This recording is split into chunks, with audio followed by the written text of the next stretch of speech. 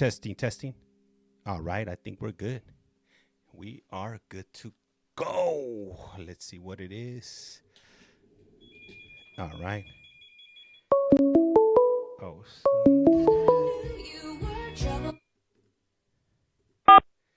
This call is now being Global recorded. Talent. Usted tiene una llamada prepagada de David Lopez. un individuo encarcelado en de la prisión estatal de Centinela, Centinela, California. Centinela Esta State llamada y su Prison. número de teléfono será controlada y grabada. You have a prepaid call. You will not be charged for this call. Para aceptar esta what up, llamada, Jenna? diga o oprima ahora el 5. 5. Gracias por utilizar Global Talent. Hello, hello. What's up? I'm looking for Navato James. Hey, well, you're just in luck. This happens to be me. The Wicked Whip of the West. The legends are true. Yeah, it is me. He is I, and I am him. So you with the tilted brim. That's cool. What's cracking, my boy? Man, just right here, just scrambling around trying to get ready, for this 3:00 stream. I just made it under the wire, so everything's good. How are you guys doing today? Man, it's been rough. Yeah, it's been pretty rough, man. It's been quite eventful here in this place lately. Got a lot of mixed emotions going on, but for the most part, I'm doing cool as usual. I'm a glutton for punishment. Do you what's going on over there? Hey, you know what? I was talking to my wife today in the morning, and she was asking me. She was like, "Hey, did they bring those other guys over already?" And I was like, "What guys?" She was like, "Those guys, the NYS guys." I was like, "The NYS guys? What are you talking about?" She was like, "Yeah, you remember they were talking about bringing some guys over to check if they would play nice." Oh, like, oh, the integration. And she was like, "Yeah, whatever." No. And then I was like, "I don't even know. I think it's supposed to be happening soon. Any update on that?" Probably like 2 weeks. 2 weeks? Around there. Yep. Okay. Sending a bunch of people out there for sure. Yeah, they're doing the transfers. So they kicked out. They got like about 100 people leaving here. They've been bouncing a lot of people. There's a lot of guys that are for one reason or another they're lower level or they're just trying to they're scared or they got to go about their business. It's their program, it's their life. That's what it is. Non-designated program facility integration, supposedly 50-50. That's what it is, Yeah. Yeah. So, I got a 115, James. It happened. Damn. I got a 115. Hey. 115. Oh, yeah. Yeah, that's what I was about to ask. What's a 115 for people that are not familiar with like prison paperwork or prison terminology? It's a disciplinary write-up. Don't talk to me, criminal. Oh. Yep. Rules violation report. Blew my mind, man. When they gave me that 115, they gave it to me yesterday, relating to visit. And I'm gonna be honest with you, James, I don't feel like I did anything. I just don't. I follow the rules. I do what I'm supposed to do. My wife came. We've had a lot of like stuff to work out. Her and I. Yeah. And we were in a good spot. It's not easy being incarcerated and being in a long-term relationship. There's, it's just not easy. So we were in a good place yesterday having a conversation, and I leaned over and I just gave her a quick peck like on her shoulder, and that fool walked up and terminated my visit. He said, "Hey, this visit's over. Your visitor has to leave, and I'm issuing you a 115." Which means that they could take my visits. It's all bad. Damn, David. It was just, But I get worried about that, because like, man, I go to board. You can't have 115s for board, and I haven't had a 115 for 7 years, over 7 years. I've gone 7 years, and without having any type of issue, and it's because I stay out of trouble. Uh-oh. Sorry about that. Here? Sorry, nah, my phone, Yep. my phone's ringing. I put it on silent. They're gonna have to wait for whatever they're calling me for. But yeah, sorry about that. You know what? How hard is it to avoid getting a 115? 7 years seems like a pretty good run. It's super hard. It's not easy.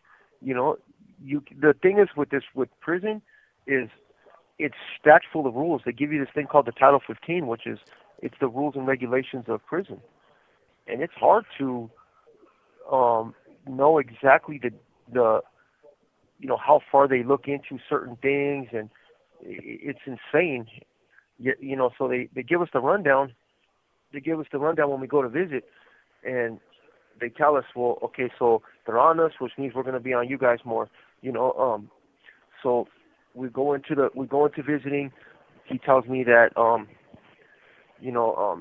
he just gives me a warning. This is your warning, not to do anything like not to break the rules and stuff like that, right? So I'm like, all right, cool. But they don't really go too far into it, so I have to interpret that warning however I can. How I interpret it, because I've been in prison a long time. I've been in prison longer than them dudes at NCOs. Both of them put together. Yeah, both of them put together. And so I know what's the norm in prison and what's not. I know what's disrespectful. I know what it is. So when he says don't break the rules, so I'm thinking, all right, that translates to keep the hands above the table, don't be walking around too much, don't put my arm around her, don't. Esta llamada y su número de teléfono será controlada y grabada. Quick kiss at the beginning of the visit, quick kiss at the end of the visit, no hand on the leg kind of thing, you know what I'm saying? Yeah. Nothing like nothing finger related. It's standard, like we get it. We know what it is. And so I did everything that I was supposed to do. I had my hand on the table, I was in view, you know what I'm saying? Like everything was I felt within policy. And when it wasn't, I didn't feel like what I did rose to the level of a serious 115. I just don't. It's especially, dude, this can affect my program big time. I'm in court for resentencing. My clean time matters. I have a 25 to life weapons enhancement that's attached to my case, and that's up for consideration to be removed, which would have put me to board immediately. It's going to be a couple years, I think, before they actually carry out my resentencing. But, Jesse, he was out there. Jesse was out there, man, and he didn't see anything, Nope. I looked over, I seen David and his boyfriend, and I said, hey, man, these two guys are up to no good. Yep. Yeah, James. Hey, how does that make you feel, Jesse? I said there's nothing wrong going on here at the Nothing wrong, yeah. He was trying to show me his Freddie Mercury mustache. You know what I'm saying? That real thick gay guy mustache. Yeah, and I was like, hey, man, I was just trying to twist the corners. Yeah. I was like, if his wife is okay with him out here with that man, so am I. Why should these cops be saying anything? Yeah. Nah, I was sitting right there. It was absolutely nothing. I was completely shocked.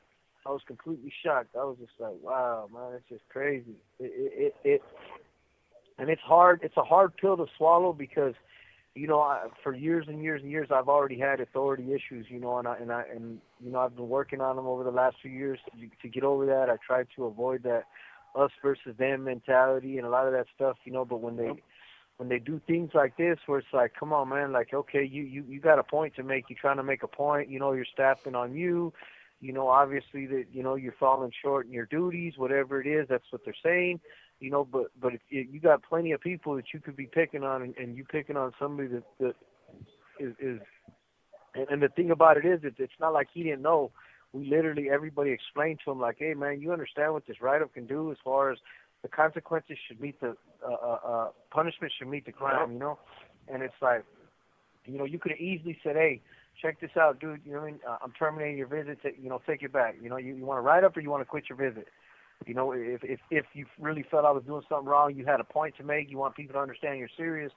But when we're explaining it to you, like, hey, man, this can affect my school. This can affect my program. This can affect my court. This can affect my board. And like I said, had it been something, it would be like, all right, well, sometimes you know what it is. Chicken shit. You got caught with your pants down, fool. You fucked up. You should have known better. But anybody in this situation would have got caught. I could have gotten it could have been me. You know what I mean? 100%, it could have been me. You know, and so Dave, you were flipped over on the side of a table, dude.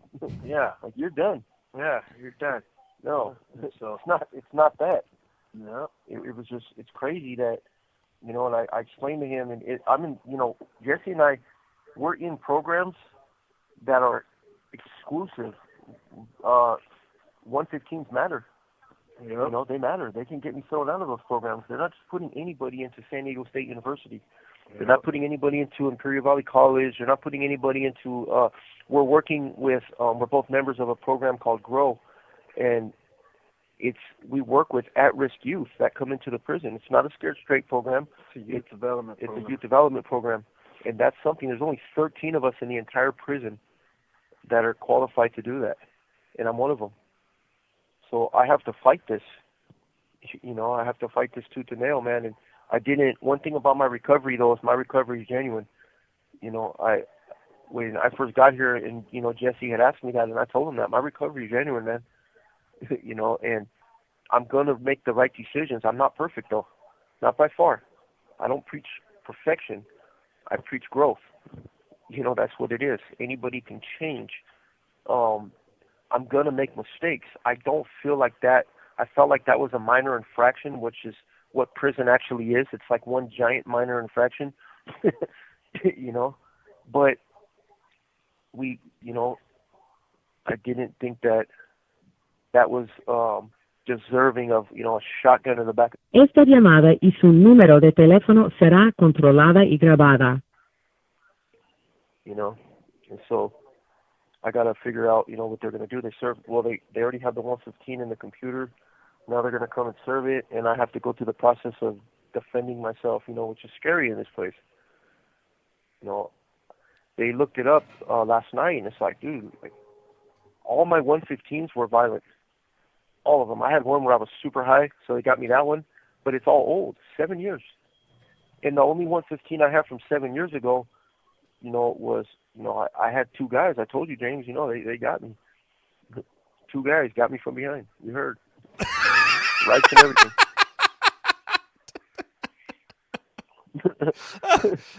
Yeah, it was all bad. Oh man, my apologies. That was that they got you from the behind. It wasn't a pretty picture in my mind right now, but yeah, it's all bad. You know? So let me ask you, when you know, when things like that occur, you know, infractions or violations, what options does an officer have to you know, to discipline? You know, does he have that option? Is there anything lower than a 115? Could he have just talked to you? What options do they have? 100%. You know, Man, he could have given me a firm reprimand. He could have yelled at me. He could have. Yes, there's other options. There's the warning. He said that he gave me a warning. He told a family council member that we had talking to him that he warned me last weekend, and it's crazy because I wasn't even out there last weekend. You know, so he's got me mistaken for somebody else that he's warned me in the past. Like, I've never spoken to those dudes. mm-hmm. I stay to myself. I don't speak to them. It's not like I just don't have that type of interaction with them.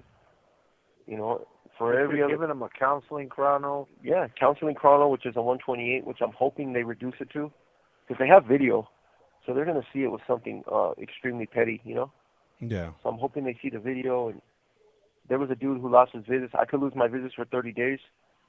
There's a dude who he got 2 scoopfuls. You know what I mean? Two scoops on a hug. You know what I'm saying? Mm-hmm. Pick them both up, jiggle them a little bit, like that Ray J Kim K video. You know what I'm saying? Did that dude get a Well, 115 also? You don't think, oh yeah, he got a 115, but that was for sexual conduct, misconduct, or something. What's it called? Just sexual misconduct. Yeah, something like that. You know. Mm-hmm. Yeah. And he got a contract with Raisin Brand for 2 scoops. 2 scoops of raisins. Yeah, like that. He got himself a contract because he was out there double scooping. Yeah, great jiggle, man. Great jiggle. Man, and let me ask you, because He works for Kellogg's. Yeah. Go ahead. So let me ask you. I know you were in a visit, so you were there with your wife. Le queda un restante de 60 segundos. What was your wife's reaction? Did she say anything? Did she just get, they told her to leave? Or what can she do in a situation like that? She was like, I'll go right. She goes, I'll go right now. I'll leave right now. Like, let this end here. Like, I'm not gonna fight it. We're not gonna do that. If you feel like this is what it is, it's cool. Just don't. You don't have to write him up, man. And he was like on the fence, and he was like, but yeah, he decided to pull the trigger, and it's what it is, Yeah. She sent an email to the warden to see, just to notify him on what it is, and it's not, this is a place where they have it's a bureaucracy, They got people to answer to. So I'm hoping that all works out, and it's what it is. I'll give you a call back right now, James. Going to cut off. All right, cool. We'll be waiting. After these messages. We'll be right back. All right. So I see some of you are asking what he did. If you're asking me what he did to get into prison, he took somebody's life. If you're asking me what he did right now, he was at a visit with his wife, and he got a write up for I guess too much contact.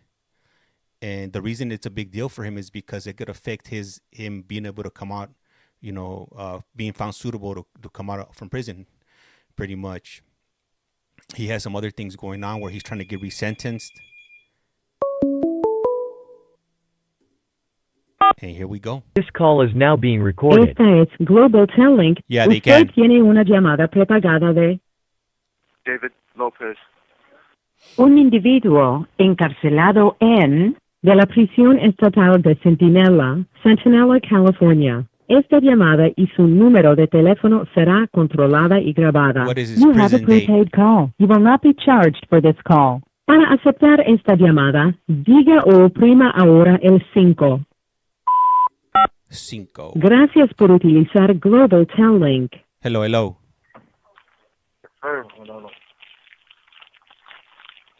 So yep, that's what it is, James. Gotta write this out. As I said, man, I'm on this path for the right reasons, and things are going to fall into my path that are going to try to disrupt my progress, and I have to keep pushing forward. That's what's important, Yeah. Yep. Exercise these demons out of this boy. What happened to David? Oh, he got the demon in him. The power of Christ compels you. The power of Christ compels you. Yeah. Man. So, I mean, what else could it be? You know what I'm saying? Like, there's really nothing else I could say about that. And you said that Like a box of chocolate. you never know what you're gonna get. So the next step, I get it. The next step from here is you have to go to a 115 hearing, and as far as going to a 115 hearing, what are your chances of getting it either reduced or getting it dismissed? It all depends, man. Honestly, 50-50 maybe. It's like 75% chance it's going to be reduced and about 10% chance it's going to be just Increased? No. Nope. Yep. No, but yeah, I don't know. Yeah, it's a pretty high chance that they'll probably reduce it. They'll see what it is. They know what's serious and what's not. they're not really ever going to go against their staff. So getting it dismissed has to be like serious misconduct on the staff's part. Yeah.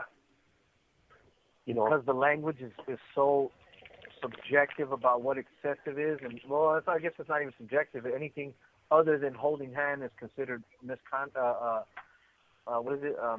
Excessive contact. Excessive contact. So if they want to be technical, it's like, if you put your nose, you kiss your girl's shoulder, technically that's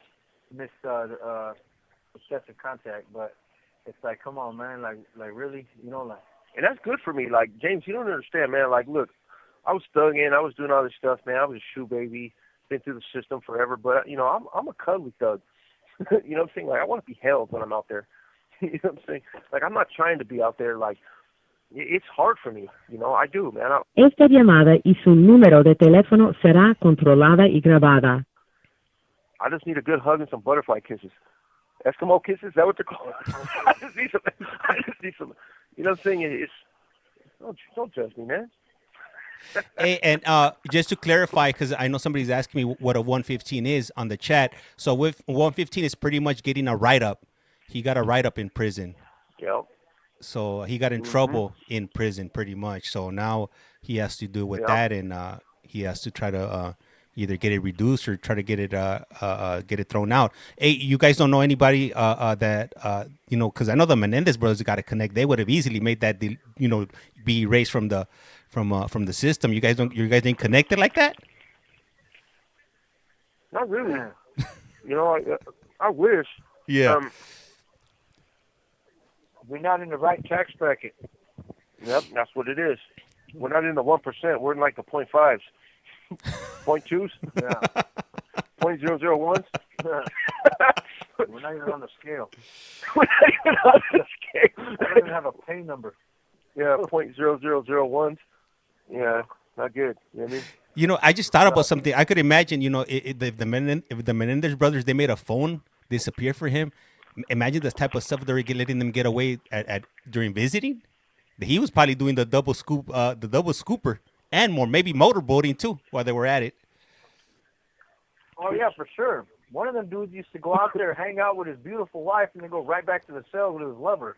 And he came back and he's like, "Hey, Lotto, you ever heard of a Dirty Sanchez?" Yeah. You ever heard of the Dirty Sanchez? 2 inmates, 1 cell. You ever heard of the old 2 inmates, 1 cell? Ever had your shit pushed in? Yeah, then he just asked him straight over. He's like, "Look, man, I don't know what you mean." He's like, "Look, man, you ever had your shit pushed in or what?" No. Yeah, for sure. Oh shit. Hey, hopefully they never did the rusty fish hook on him. The rusty fish. Yeah. The rusty fish hook. It just sounds bad. It's all bad. The rusty fish hook is all bad. Yeah, it's all bad. I mean, but What's crazy though is something like this, like just doesn't really happen to people who are doing the right thing. That's what makes this so like unimaginable. Like it's just like, damn, dude, like how could I be where I'm at in my life? 7 years clean. Dave has such a great rapport with all the staff. It's just stays out of the way, does everything he's supposed to do, and then some, and then you get some 2-year cop, just coming in from Chuckawalla because they closed the prison down. And I'll be honest with you, like I've been super cool with both of these cops out here, with both the COs out here in the visiting room. I've always been cool with them. Like they've always been super respectful. And I understand that the shit rolls downhill. They've been saying for the last month that they're getting shit from the top, that they're not being strict enough out here in the visiting, which is bullshit to begin with, because this freaking, I've been going to visiting rooms for a long time. You know what I mean? And I've done, I've done some crazy shit. I lost my visit for fucking in one of the visiting rooms.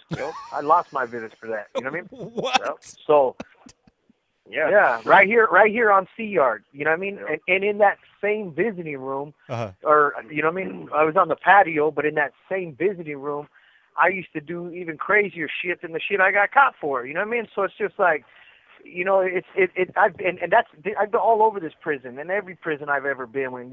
That's just the nature of the criminal. You're gonna get away with what you can, and so it's these guys. What's crazy is like how David mentioned. You got people overdosing over here. You got shit happening here, and it's like you know who you're supposed to be watching. You know who you're supposed to be hassling, but you're not catching nobody bringing.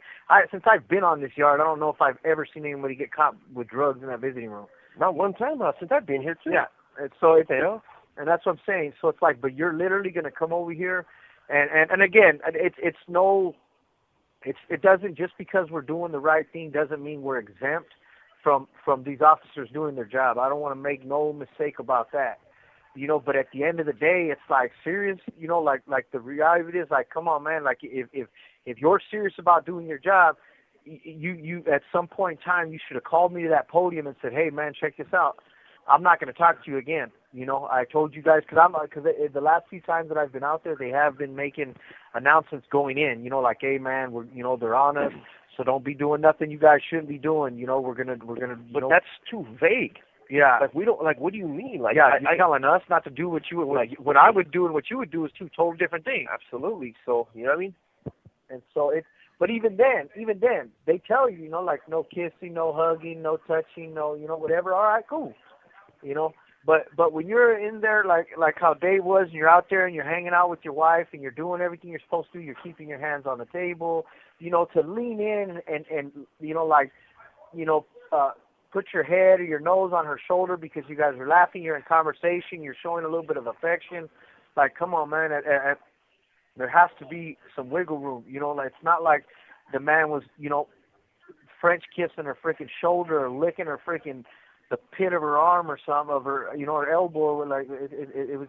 I got my own arm for that. Yeah, I mean, and so it's just it's hard to wrap my head around. You know, like, and I was sitting there watching it and I wanted to like talk to him. I wanted to say something, you know, but I wanted to be like, hey man, like if he's, you know, what am I gonna do? I terminate your visit? Well, first of all you have to do is tell the man if he wants to write up, make an issue, or he can terminate his own visit. But that's it. You're done for the day. That in itself is a punishment, dude. People's family drive for hours to get in here. They wait for hours to get in here. They subject themselves to all kinds of shit. So just by you terminating somebody's visit, that in itself is punishment. That in itself something's to be learned there. And trust and believe their family and them are not going to want to be doing any dumb shit again if they got to get sent up out of here hours, you know, early or an hour into their visit, and you know, something like that. And again, it all goes back to who are you dealing with? You know, if you got somebody that's out there regularly, you're talking to them, hey man, hey Lopez, you know, come on man, you know, and then by all means, you've made it clear for the last month what it is and what it isn't, you know, that they're on you. And if you've constantly talked to the motherfucker, well then hey, he's got that coming. But if you've never talked to this dude before, despite what you say or you think you did, he's obviously mistaking my cellie for somebody else because he said he warned him last week. That's a goddamn lie. This fool wasn't even out there last week. Nope. So who did you warn last week? Who have you talked to on numerous occasions? Because the reality of it is, I want to see the video. I want to see the. Here goes Myron. How was your visit? What happened? That's what it is. Don't let them hear that. They're gonna write you up. Yeah. Don't let them hear that. They're gonna write you up. Hey, we got Martin right here on the Yep. Oh no, he took off. He's on the Mac body.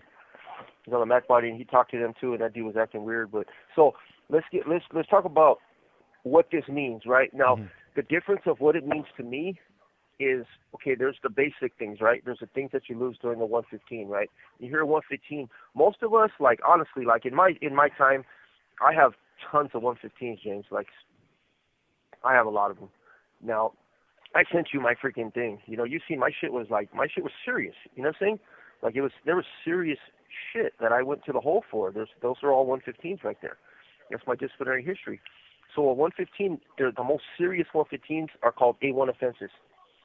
So A1 offense has to do with like that's a 187. That's a battery with a weapon. Yeah, things like that. You know, like serious assault on staff. Those are considered A1 offenses, and those carry shoe terms.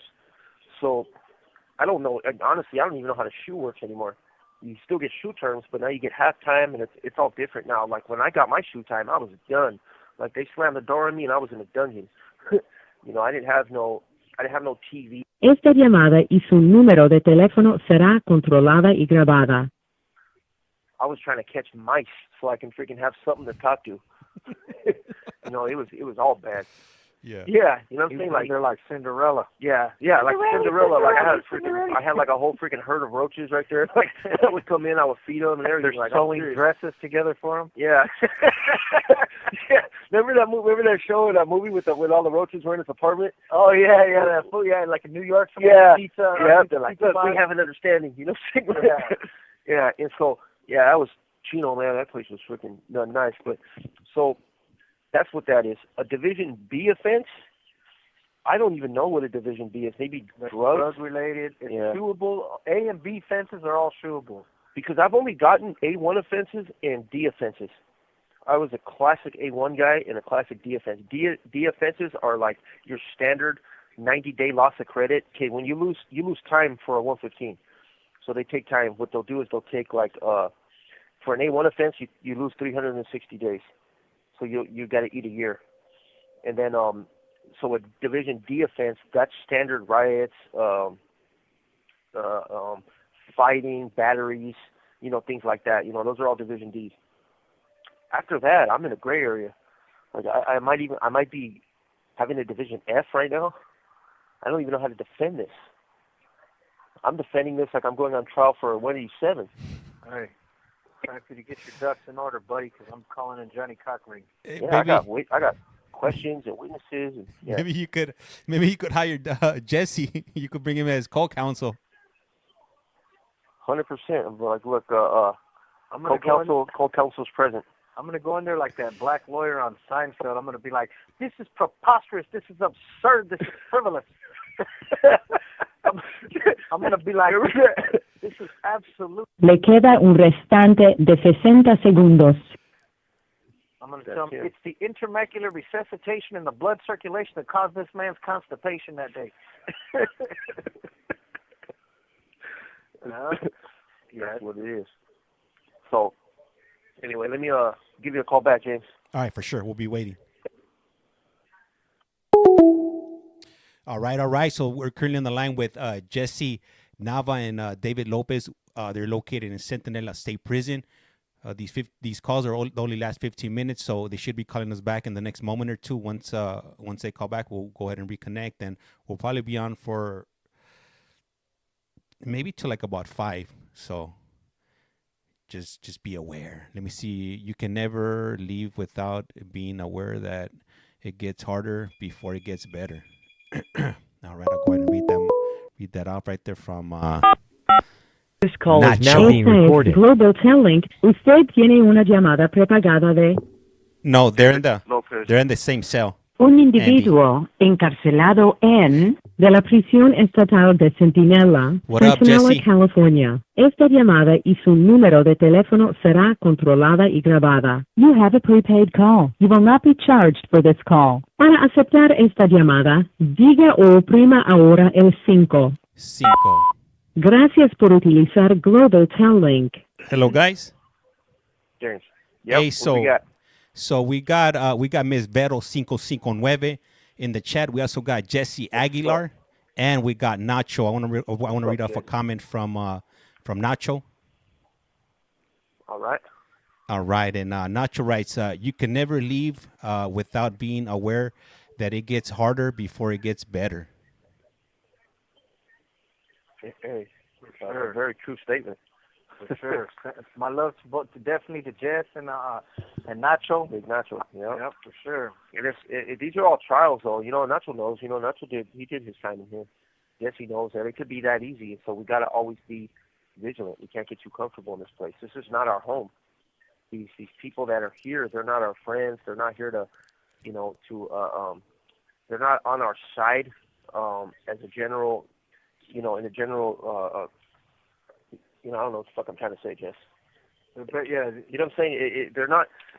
They're an entity that's here to ensure the safety and security of this institution. And a lot of these what it is. In general sense, some of them are, but they call them inmate lovers and all this shit if they try to do too much for us, And so you got to just kind of ride it out. And I look at myself, well, okay, I'm in a situation where, this will delay stuff. And if I get kicked out of something or some program and all that, 9 times out of 10, they're not going to kick me out of school because I'm a good-ass student. And it's kind of a case-by-case basis, so I'm probably going to be all right with that.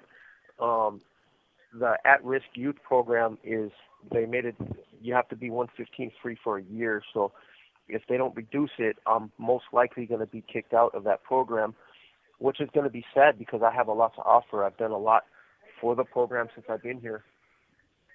And it's unfortunate, you know, if that happens. And I'm not going to stop helping people. Like, they're not going to deter my path. I'm not going to be like, oh, well, these fools did this and that and that. You know, fucking Holmes, you know, go, you know. That's not who I am. That's not my character. So just like any regular civilian or person that's in control of their emotions would deal with the situation, that's how I'm going to deal with this. Yes, I don't like it. I feel like I was done an injustice. I feel like it was unwarranted. But guess what? Like, that's life. And I can't spiral out of control, because if I did, then I was never real about my change anyway. You know, people come and help me. Yeah, I'm a little slow. Like, since yesterday, I didn't sleep well last night. I tossed and turned. It affected me. I went out and did a workout today. You know, I hit the handball a little harder, hit them jump burpees a little faster. But at the end of the day, life goes on. You know, that's what it is. I gotta be here, make sure everything's good. What's up? What's up, James? I got a comment from Nacho, Correct. and then also I heard that Joe's in. I heard he's in Disneyland right now. Big Joe. Yeah? Was that Lancaster? No, no. What's that, San Quentin? No, the actual Disneyland. Actual Disneyland. Yeah. Oh wow. Oh yeah, he's that's cool, man. Yeah, man. He better not be getting his face painted. He's getting some tiger whiskers put on. He's got the little whiskers. Yep. Now that's the experience, though, man. Yep. That's what it is. You know. I would love to go out there and embarrass my family. You know. Get painted like Winnie the Pooh, full body. What did Nacho say? What did Nacho say? Nacho put the first board you face is the floor cop, because they know you are going home and they will see. Yeah. For sure. Yeah, absolutely. Hey, and what's up with Jesse Aguilar? How's he doing? Does he come on here often? Jesse, you know what? He's an ex-lifer too. He was here. He paroled from here. He's an ex-lifer. Esta llamada y su número de teléfono será controlada y grabada. Jesse, he sent me messages in the past, but I don't think I've ever. He might have popped up on the streams here and there, but not that often. Oh, okay. Well, hopefully he's doing good. Hopefully everything's going good for him out there. Oh, he's right here. Yeah, he just put a comment, so he's here. He's in here, and then Nacho dropped another comment right now. He put they are aware that they will see you outside too, so be aware of that too. No. Yeah, it's true. No. Yep. A lot of times they think about that and they're just like, we don't want them out there. Mm-hmm. But I mean, at the end of the day, like I said, it's more about them and less about us. We can't take it personal, you know, like that. That guy, he didn't have anything particular against Marcelli. It's just a shame that he picked the wrong dude to set an example. Like, you want to let your nuts hang, you got all kinds of dudes out here fucking up. You get to see everybody's stuff when you're out here. You want to hassle somebody, hassle all these dudes that are out here. Some of those guys work with them in the building.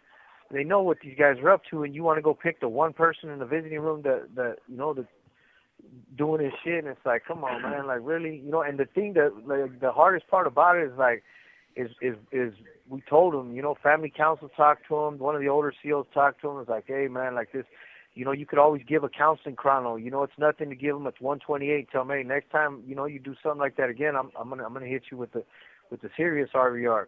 Mm-hmm. And his point was, oh, well, you know, I don't want anybody to think I'm soft. And like, man, the fact you even talking about it lets me know You you're already soft. think you're soft. That's the issue. Like, you're an authority figure. Yeah, you're an authority figure. You just terminated my visit. You think anybody's gonna think you soft? You just sent my people home. At the end of the day, you didn't have to do the write-up. The write-up was extra, and it for me it makes it harder because it puts me in that, well, fuck them mentality, because it's like, dude, like, we're coming at you like, man, being vulnerable, telling you the magnitude of what this can be, and express to you that we understand you had a job to do, and there was, you know, it was nothing. It was nothing. It did not constitute a write-up. But even if he did have to make a point and start setting some standards or whatever, okay, cool, send him up out of there. but we're telling you the gravity of the situation by you putting this write-up in, and to you that don't mean shit. So that just lets me know that you could give two fucks, like, you know. And for me, it's gonna be hard because I go out there a lot, and it's like, okay, now, and I've interacted with them a lot out there. You know, I've always been cool with them, and now it's just kind of like, okay, you know, I can't change. I'm not gonna go out there and be like, fuck you, because that's just not who I am anymore. You know, I can think it in my mind, and I can feel it in my heart.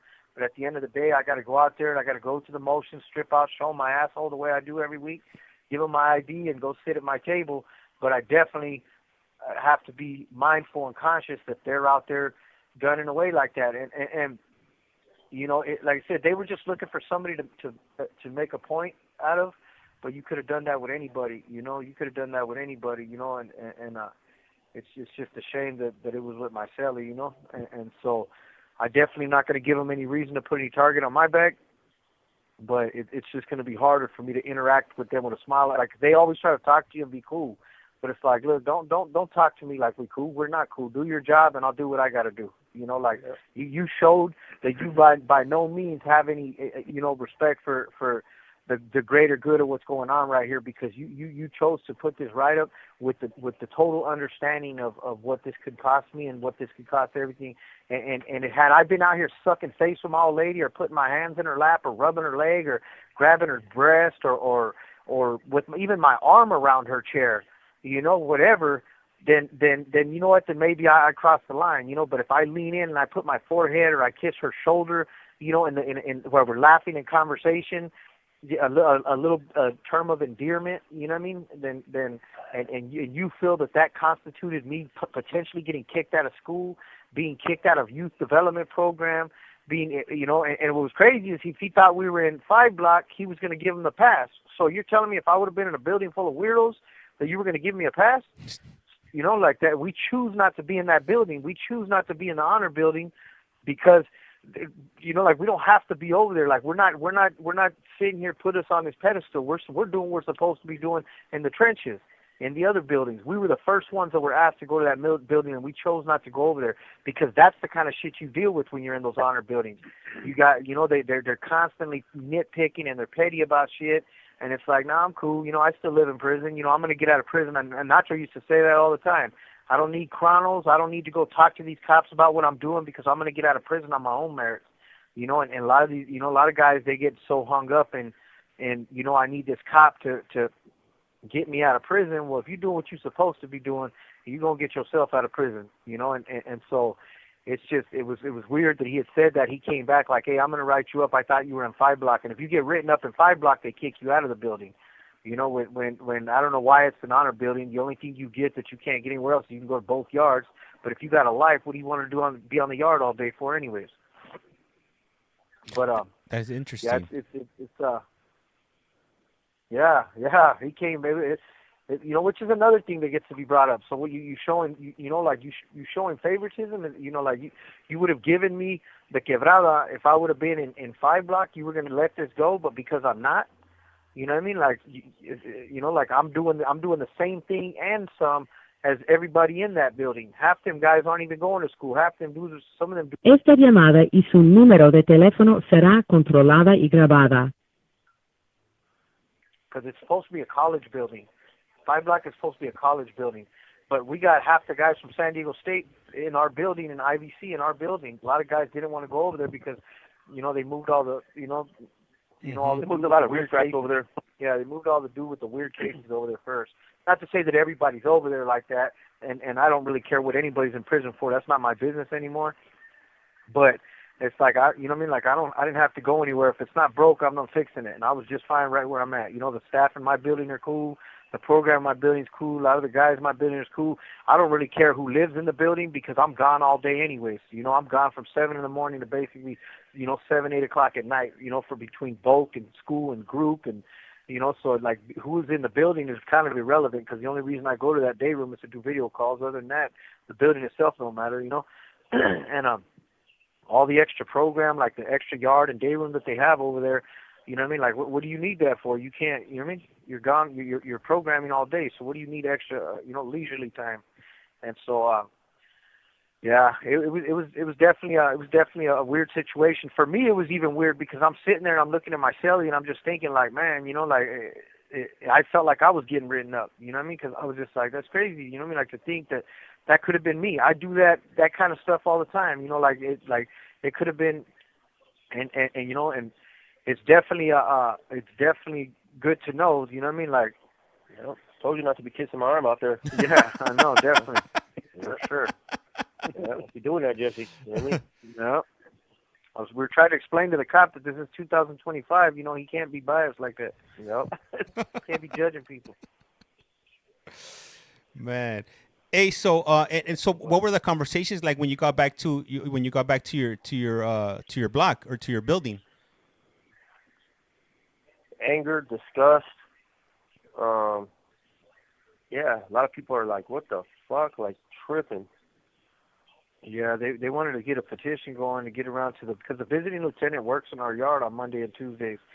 And it's like, hey man, like this is crazy, But I mean, and our floor staff were like, hey, if you do get written, I mean, when you do go to your hearing, tell the lieutenant to call me. You know what I mean? Like straight up, like we're pillars of this freaking community right here. The staff, like this, they're trying to make this kind of like a second honor building. The staff want, like they're this building has a good light because there are a lot of dudes in here doing the right thing, and so they're kind of like they don't want negative attention. I even tried to explain that to them out there too, like, hey man, like, all like not only that, like, but now you bring negative attention to my cell. When they bring people out for 115 hearings, they start looking, oh man, those guys are getting write-ups, or they're coming and serving you paperwork in front of the podium, and they're like, oh, well, it shouldn't affect you, it's just going to affect him. And you're like, what are you talking about, man? Like, like it's, for people like us, when we get away from that shit, like all it takes is one bad look, and now everybody's like, oh, what are they up to again?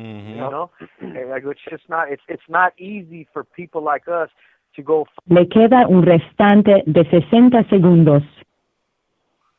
So once you've gotten yourself that far removed from the bullshit, something like this can set you back. Some staff can just be like, oh, well, see, that's why, or, you never know, and it's just, I end up with an STG nexus attached to it, I bet. Yeah, he was out there with predatory behavior in the visiting room with an STG nexus. What the hell? I knew those guys were up to no good. It was just a matter of time. Yeah. Again, what the hell? It was excessive contact with STG for the benefit of Free Enterprise. Yeah. He was out there selling. He was out there selling shoulder kisses in the visiting room. I had her like that, like freaking Morticia Adams, Gotta be. And I was all kissing up her arm. My darling, my beauty, my honey. This is all the set. Yeah. All right, so their call was disconnected. Hey, yo, what's up? Hey, what's up, Southside BK? How are you doing today? Let me see who else. I see some other questions on here, so I'll go ahead and ask them right now when they call back, and I'll go ahead and read out some of these other comments. I'm not ignoring you. I just don't want to cut into their conversation and what they're what they're speaking about. And for those of you that are just joining us right now, they are cellies. They're in the same cell. This is David Lopez and Jesse Nava, located in Centinela State Prison. Yeah, I knew that was going to be the next question that you guys were going to ask me. Imperial Valley or in El Valle Imperial, right next to the Mexican border, right down the street from San Diego. Let me see here. What are their cases? They're both in prison for homicides.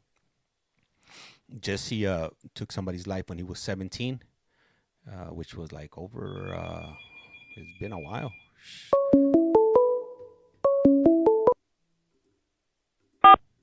This call is now being Este recorded. es Global Telling. Usted tiene una llamada prepagada de David Lopez. un individuo encarcelado de la prisión estatal de Centinela, Centinela, California. Esta llamada y su número de teléfono será controlada y grabada. You have a prepaid call. You will not be charged for this call. Para aceptar esta llamada, diga o oprima ahora el 5. 5. Gracias por utilizar Global Tel Link. Hello. up? All right. So I got some comments right here. I got one from Jesse Aguilar, and he writes, "They are not aware. They're not aware. So you must defend yourself with what you have learned." 100%. Yep. Exactly. And then let we have recovery do the talking. Yeah, and then we got a question from Zay on top 3, and they're asking, is Zay on top 3? Zay on top. Yep. What's up? What's the question? The question is prison and jail as hard as they say it is? What do you mean? Like the bunks in the walls are pretty hard right now. My back hurts. It's all metal and concrete, so I think that's pretty safe to say it's pretty hard. Yeah. No, but a little specification to that question. No, I think that he's talking about all day is whole. You know what I mean? Like, fools up things are turned up. Like, that's what I think. Like, what do you call it? Like, that's why I understood it. Yeah. What did that show? Lock up. Everybody's just throwing gang signs at you. And look, in a lot of ways, it's worse than you think, and it's not what you think. You know, prison's what you make of it. Yeah. The reality is, it could be an absolute dangerous place. Yeah. But at the same time, it's not. You learn to navigate it. You learn to, it's what you make of it. It's not dangerous for people who don't make it dangerous for themselves. You know, that's just the truth about it.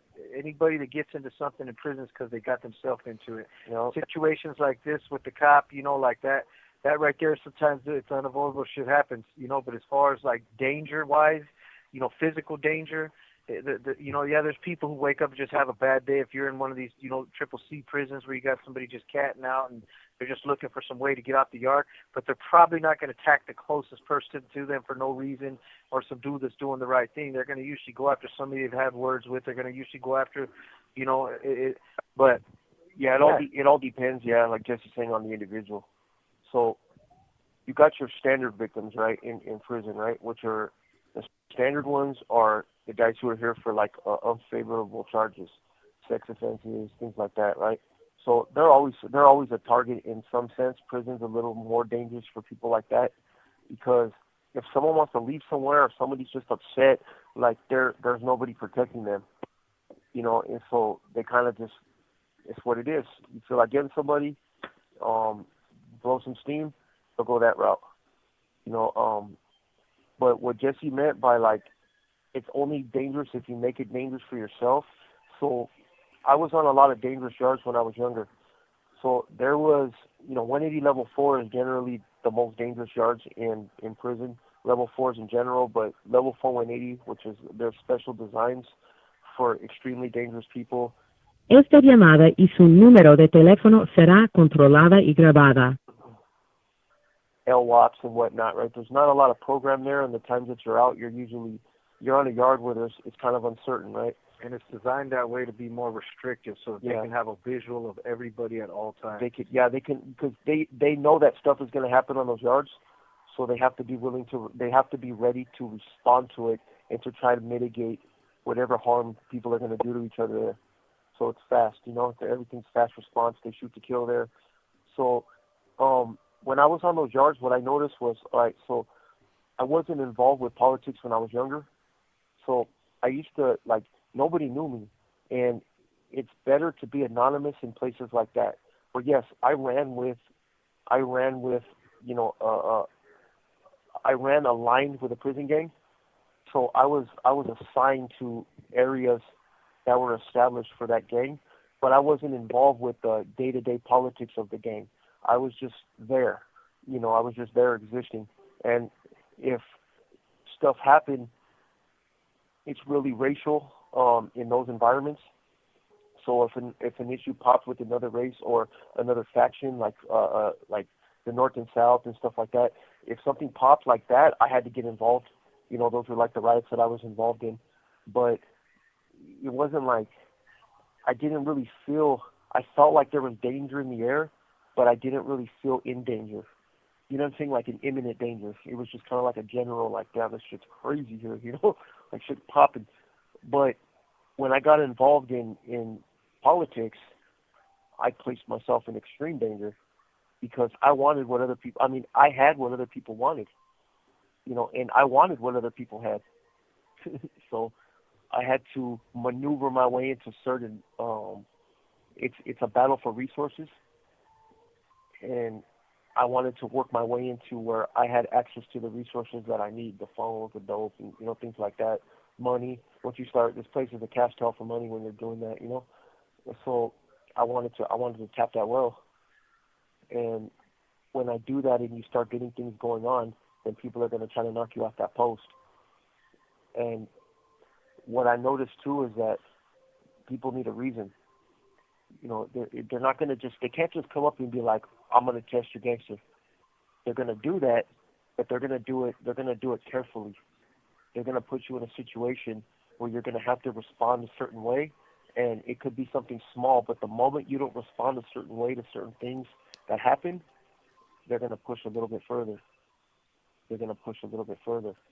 And so what Jesse and I realized early on is that the first subtle push, you got to come back with a freaking tank and blow that motherfucker's head right off. that's just, that there's no other way to put it. And you have to let people know, hey, you're not the one. You got to make that example like that cop was trying to do yesterday. Yep. Blew the back of my head off with a 12 gauge. Yep. Something small, and I wasn't even pushing. Hey, so that's the crazy part.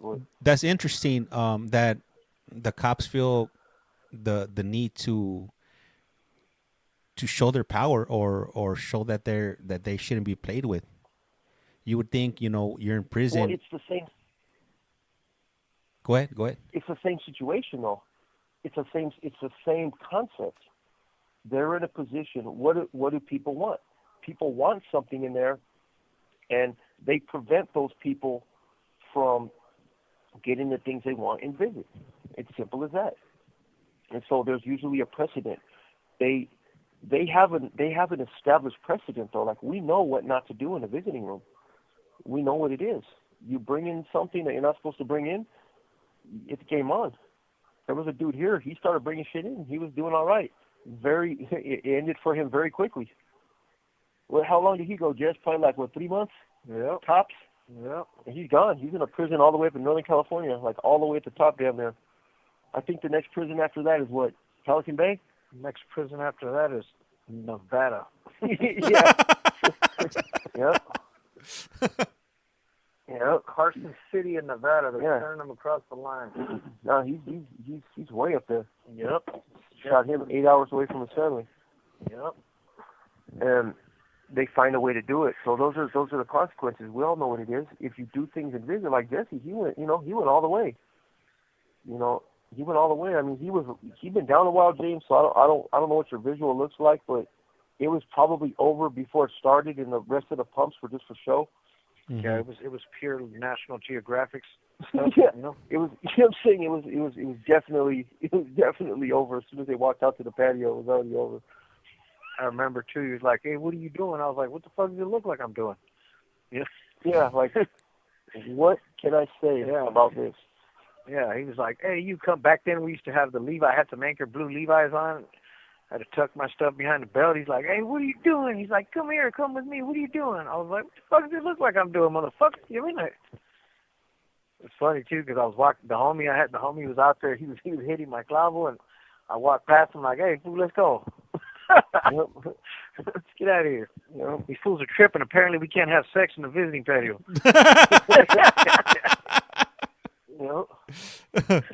Apparently, sex is frowned upon in this establishment. Hey, and it was funny because when I actually went to go watch the video for the 115, they went past my boy who was elbow deep in his ass with his hand. It was obvious that he's hooping a fucking clavo. Then the next table, you got some little moreno with some big old gabacha bent over the table, and he's hammering away on this broad. And they go all the way to the back table to get me because they knew I was doing my thing on that yard.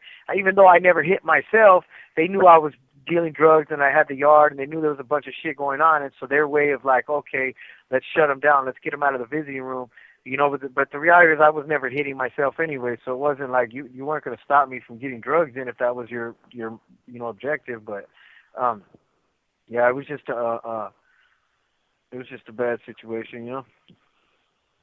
I look back at it now and I think like, damn, I was victimizing the people who were coming to see me by even subjecting them to that, you know, manipulating them into believing that that was okay, that I had paid the cop, you know, because of course I ran my own manipulation drag and was like, hey, don't worry about it, it's okay, everybody's doing it.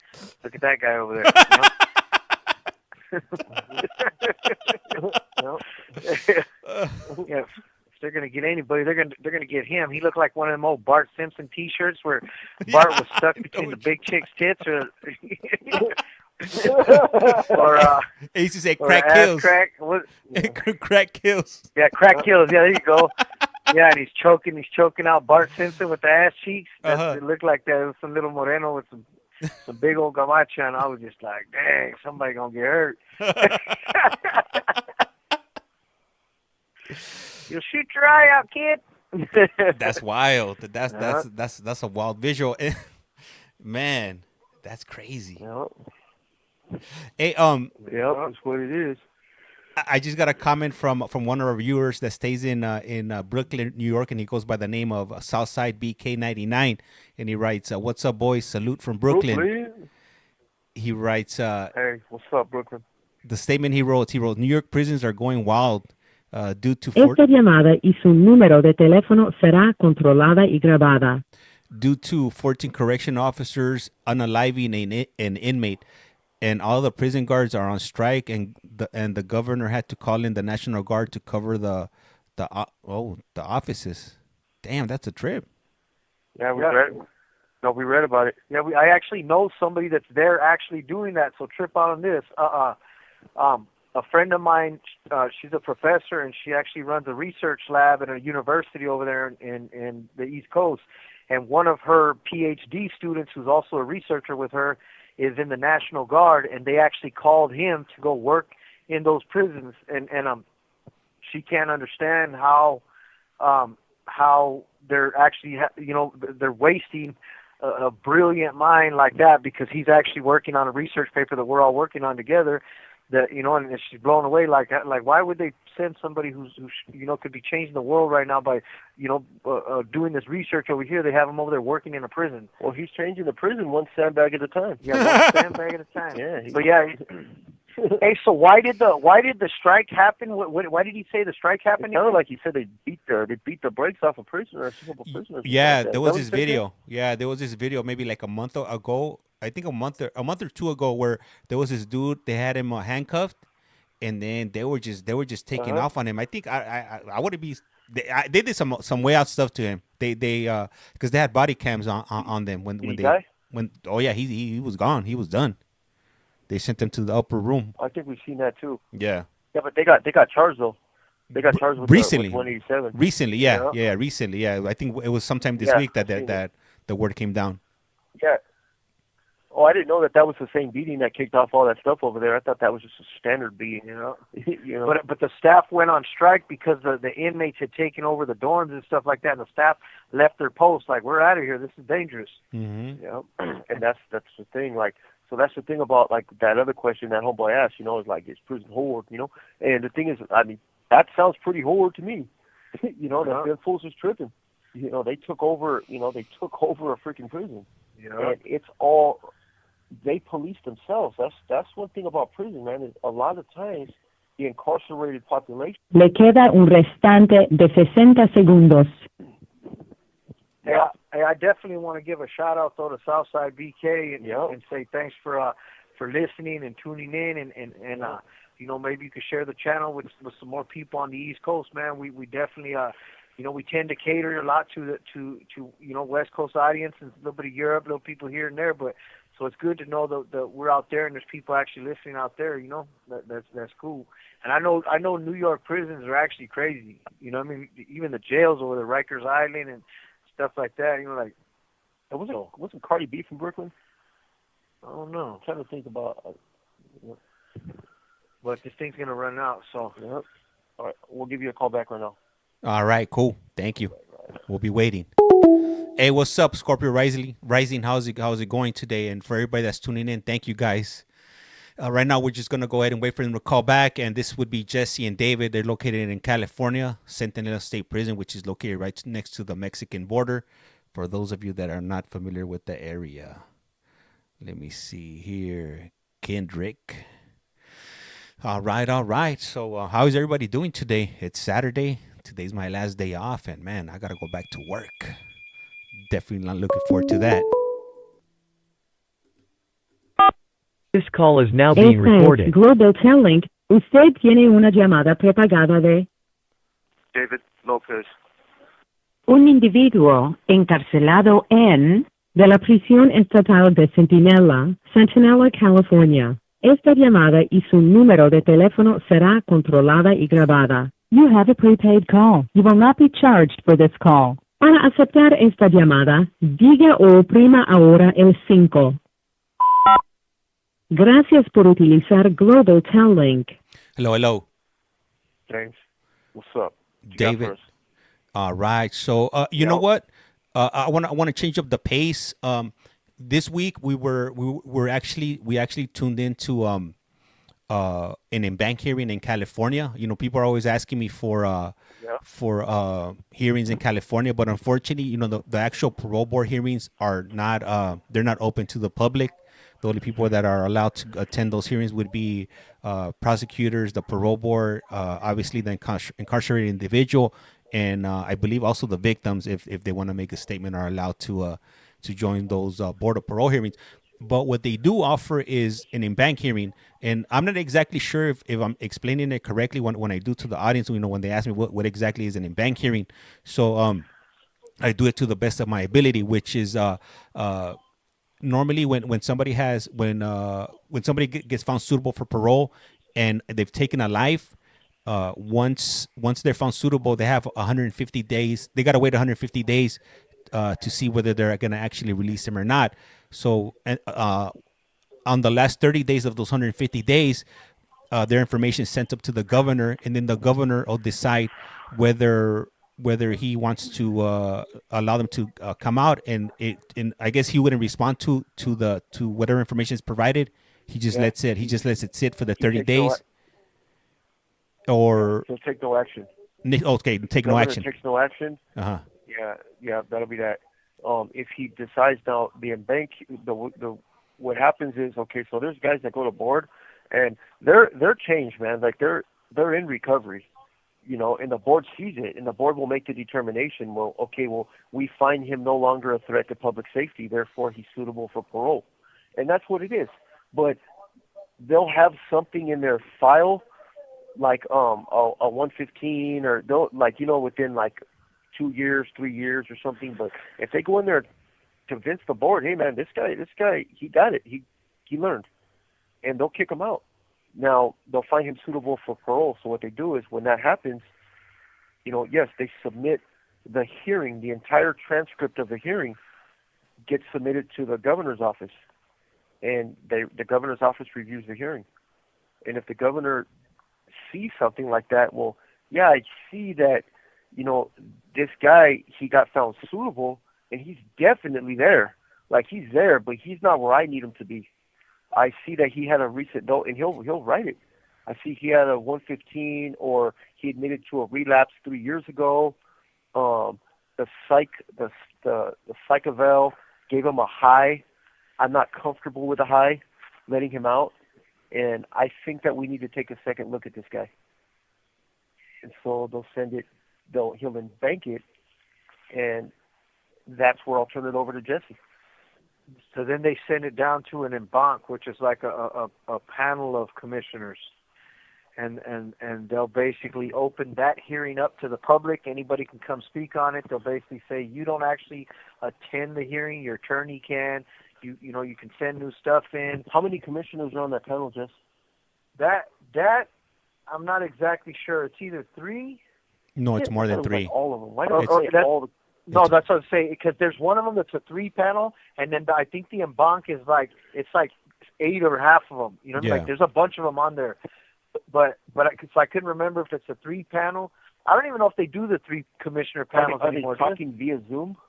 Yeah, Like yeah. they just all come up like what do you call it? Like the Brady Bunch, the little boxes pop up. No. Have a conversation. So the majority are there. They're in Sacramento. So they're sitting on a long table, and I think one or two of them might show via Microsoft Teams, but the majority of them are there in person. Oh, it's cool. And what is it? It's like 9 of them, huh? It's a lot, you know. Possibly I haven't counted them, but it is a grip of them on there. Yeah. And the witnesses or the people speaking on behalf of the DA or victims, do they go up there personally, or are they on Zoom? The majority of them, they do it via phone.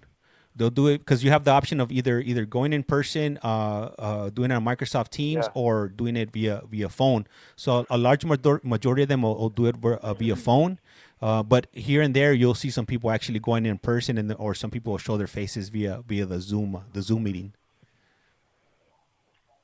So what'll happen, right, is they can say, well, the governor can also pull your date, and they'll schedule you another date. He could be like, nope, this is done.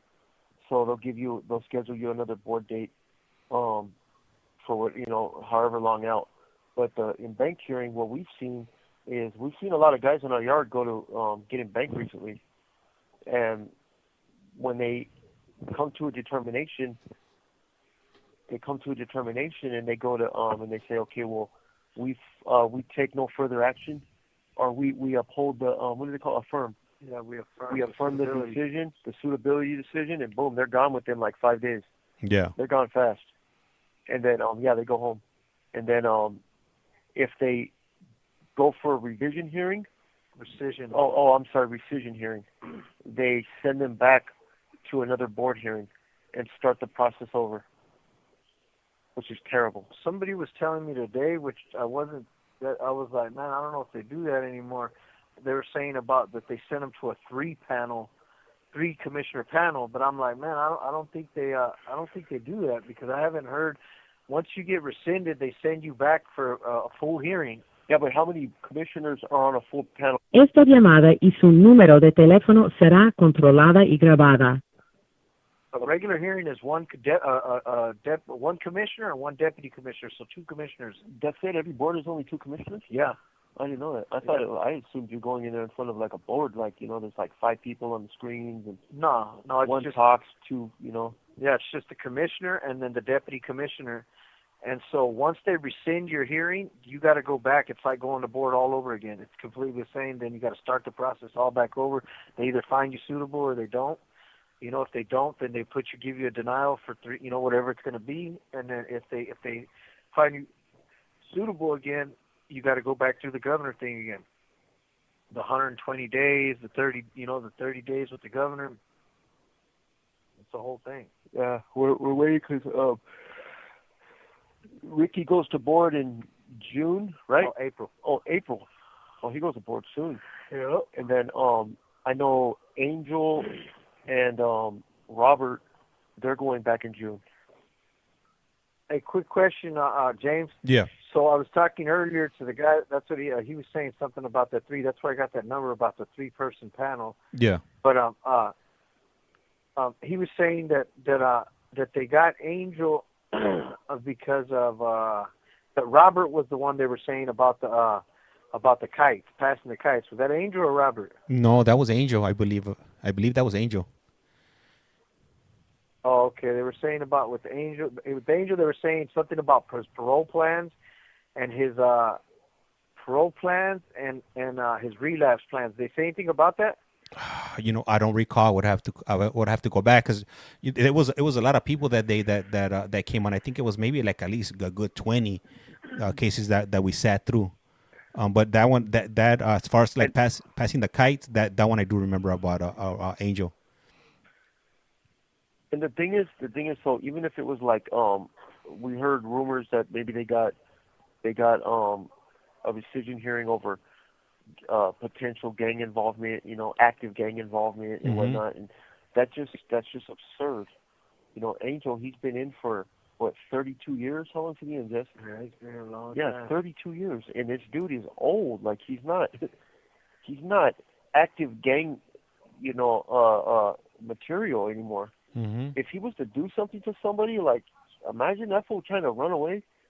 Like, he's just older. You could tell the dude's in his 60s. Yeah.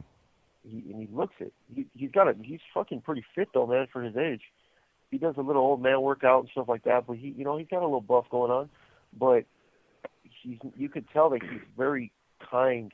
He doesn't talk very much, and when he does, he's just got a kind disposition. Yeah.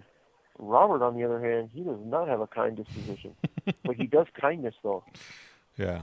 He is like, he came up and gave me a paint bucket, and he thought about it. He's like, look, you guys work out, you guys jump the track.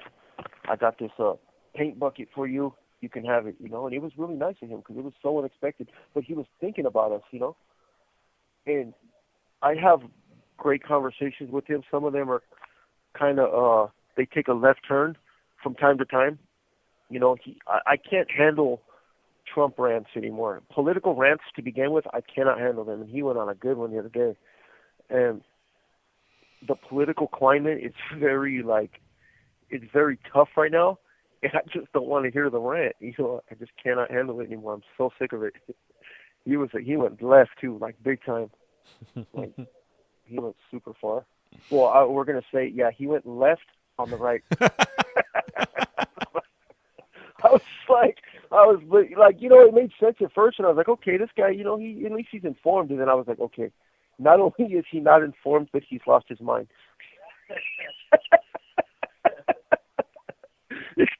This guy's like, what's the QAnon? What's the one for the left? Antifa. Yeah, he went full blown Antifa. It's just, I can't handle that. I don't want to hear it from either side anymore. Hey, you know what? You know what I noticed? On the bank hearings, they had a lot of people that were getting they were getting their suitability vacated for confidential information. He said that Jesse was off he was off the mic for a second. They said that they were getting a lot of their dates taken over confidentials, 1030s. Yeah. Yeah. How many got their date pulled like that? On the Wednesday, 4 people got their date taken away like that. A lot of it was over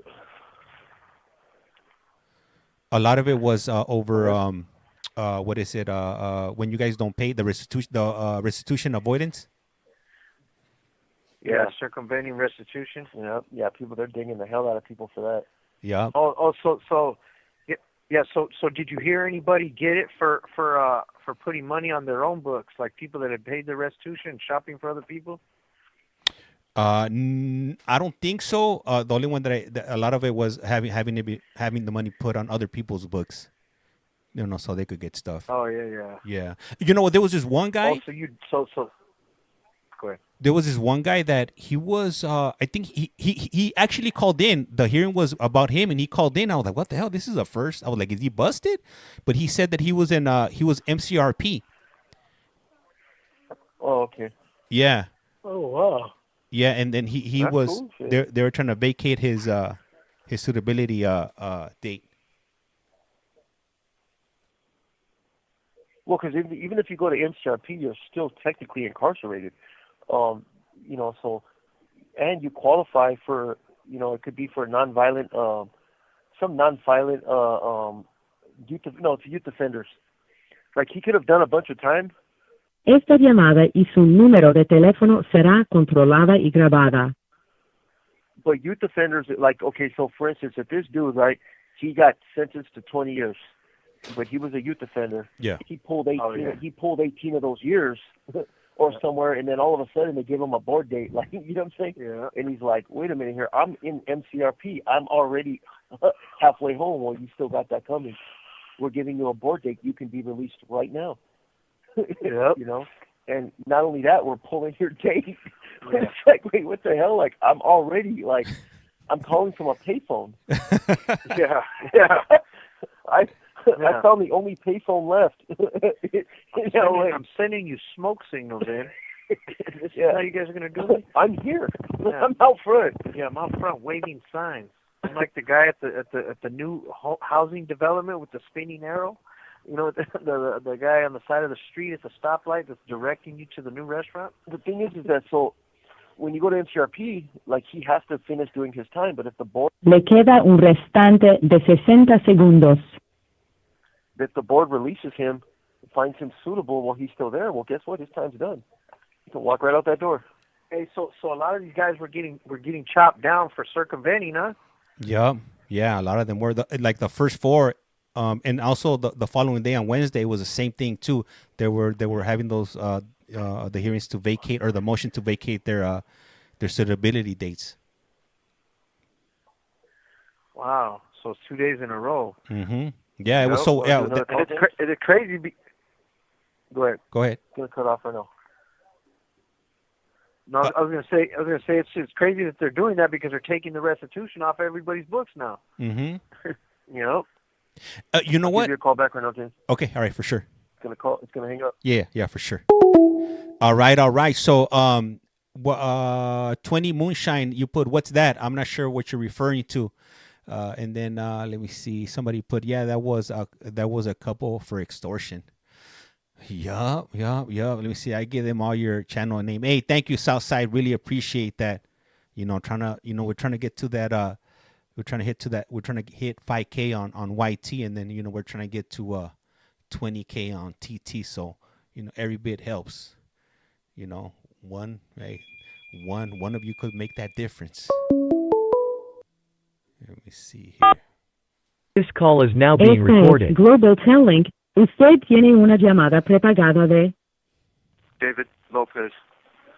un individuo encarcelado de la prisión estatal de Centinela, Centinela, California. Esta llamada y su número de teléfono será controlada y grabada. You have a prepaid call. You will not be charged for this call. Para aceptar esta llamada, diga o oprima ahora el 5. 5. Gracias por utilizar Global Telling. Hello. Yes. You know what? Another thing that I noticed was that I don't think in the previous ones that I had listened in on or watched, the DA for Los Angeles hadn't shown up, and this is the first one that I seen that the DA actually show up and speak, against the individuals, that was found suitable against them, actually coming out. Normally, I would see. Was he all the way out there? He was there. No. Via video. Yeah. Oh, okay. Yeah. Normally, I think California, LA, they wouldn't normally they wouldn't attend, but for whatever reason now they're starting to show up now. Yep. Yeah. Under Gascon now they're definitely going to be there now. This new DA, he's not on the same trip. He's still progressive DA, but he's definitely of the law-abiding type. It's taking a turn though, in the wrong direction and also in the right direction. Like for one, right? Like you're not really hearing about them smash and grabs no more. Like I don't know if they're happening like all crazy, but they're not. They were advertised constantly on the news apps, Mm-hmm. And so I don't see it as something that's just like you don't see the crackhead pulling out of Rite Aid, you know what I mean, with the freaking bags of freaking cosmetics and makeup, yeah. Like a bunch of compacts and lipsticks and freaking just whatever the hell you can fit in them two hefty trash bags. You don't see the old lady freaking wrestling with them. You ever see those little days where the old lady's just like and the dude's like playing tug of war with a trash bag with some old lady. She is not going to let that go, Yeah, so I tripped out on those videos, but you don't see all that. So yes, they had to make a change, but the lifers they're extremely successful. Lifers out there, all the lifers we know that have gotten out are extremely successful, man. These guys are freaking making a difference. They're making changes out there. They're living good, orderly direction. And so I just trip out on this, look, dude, we get it, man. We've done a crap load of time. My attorney, she's like, she talked to me and she's like, look, she goes, we need to put your case off a little longer.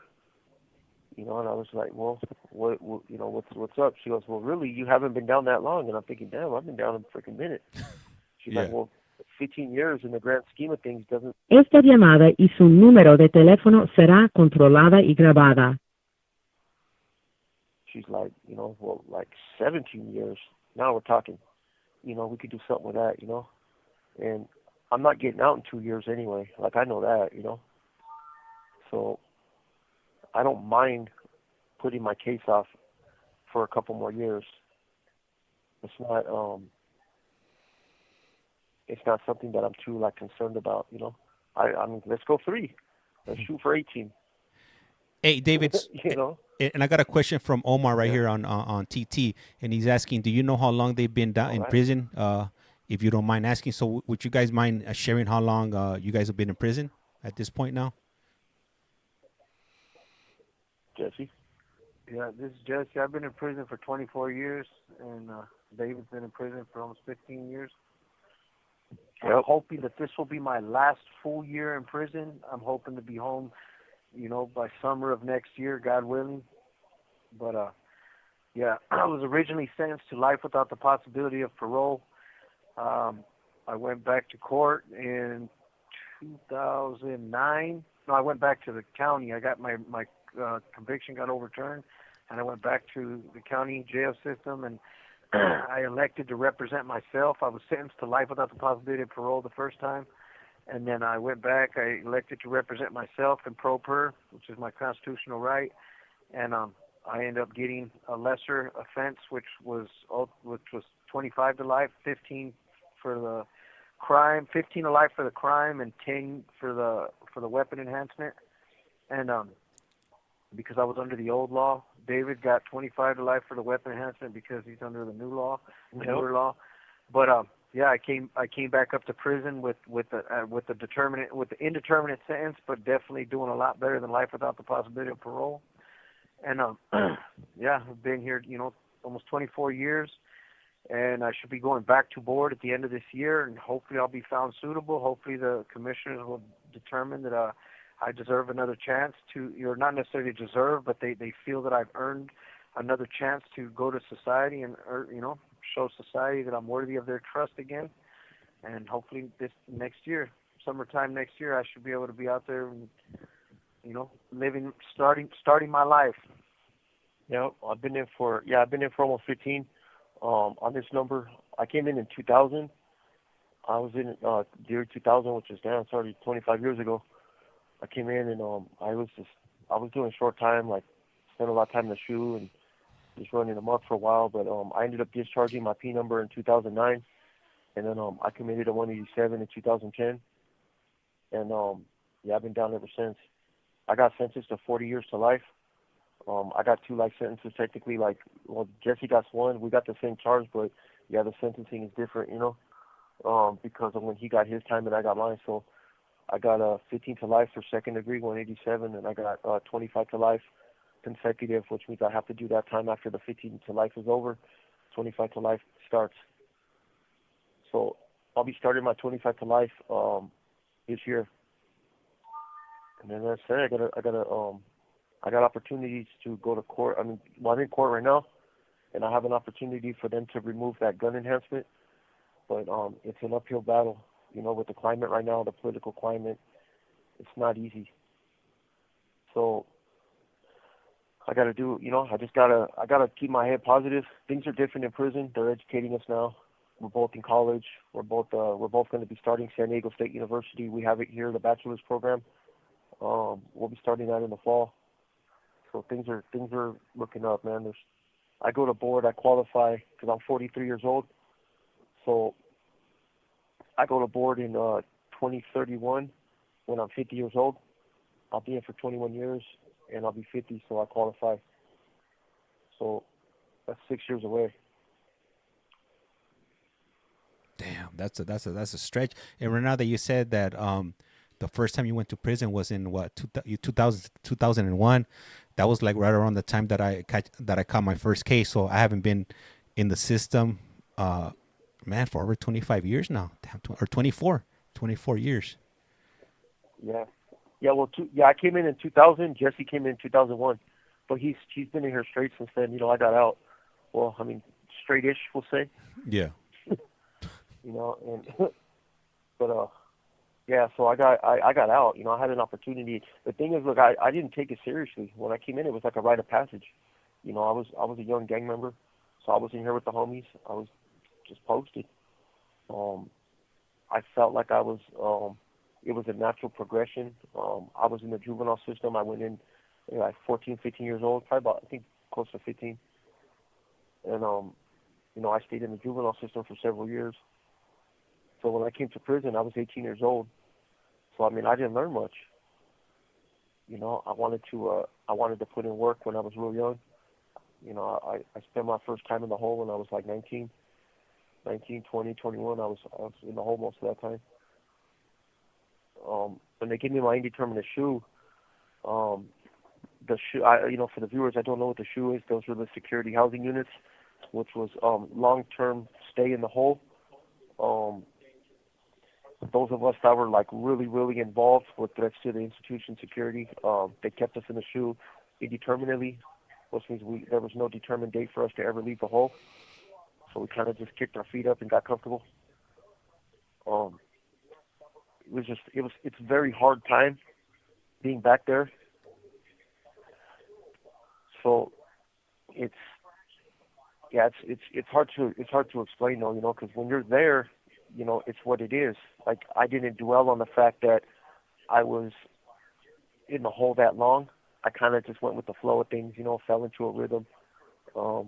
Unfortunately, I got very, very involved with gang leadership because that's where they keep all of them. Well, they used to at that time. And so, you know, that was a unintended consequence of that. You know, they got me very, very much affiliated.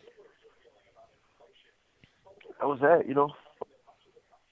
It's no surprise that I came out I came out guns blazing. And how long did you how much time did you spend? Because this would be your second time, right? You went first when in 2000, and then you got out, and then how long did you stay out before you came back? Hey, not long, you know. So when I got out, I went in 2000, and I got out at the end of 2002. So I got out in December 2002, so it was almost 3 years. And I paroled from a 180 level 4 at that time. So I was putting in work. I came out with like, I knew some people and stuff by then. So I came out involved with gang. You know, I had that gang mentality, and I had things that I had to do. You know, so I only stayed on 9 months. And I came back in for a violation, because at that time they kept you on violations for a while. You know, like you did year flats, which was like 1 year straight ineligible. So I came back for being in contact with a gang member, an active gang member. And I wasn't allowed to be around gang members. You know, it was like an injunction kind of that thing. So they took me in. I did like, I don't know, maybe 6 months for that. It was short time. And then my celly was my homeboy. You know, that was my boy when I came in. I guess you know them. That's when I was with Pale. So Pale's brother needed some help with some stuff, you know, and I told him, well, I got him when I get out, you know. So I got out and went and found my celly's brother, and he was having some problems with some people. So I told him, let's strap up, let's go handle this, you know. And we actually got caught with the guns. I was only out 8 days then. Damn. Yeah, 8 days that time. So, you know, I came in with a new beef, violator with a new beef, got 16 months. That's the time I told you we went and got the dude busted. Yeah, his brother. I got him busted with it. Not me. I went into the county and Jeff was there. We pulled this big old scheme. Yeah, we got all the crime. He's out on bail, huh? Yep. Well, you know what that means. I told Jeffy, y'all happy. He missed court. Yeah, he missed court. He's got to come in. So that's when I got cracked with the baby bottle. He was in the newspaper for having a baby bottle in his head. It said, yeah, remember that, James? Man's found with drugs concealed in rectum, front page. Yeah, front page.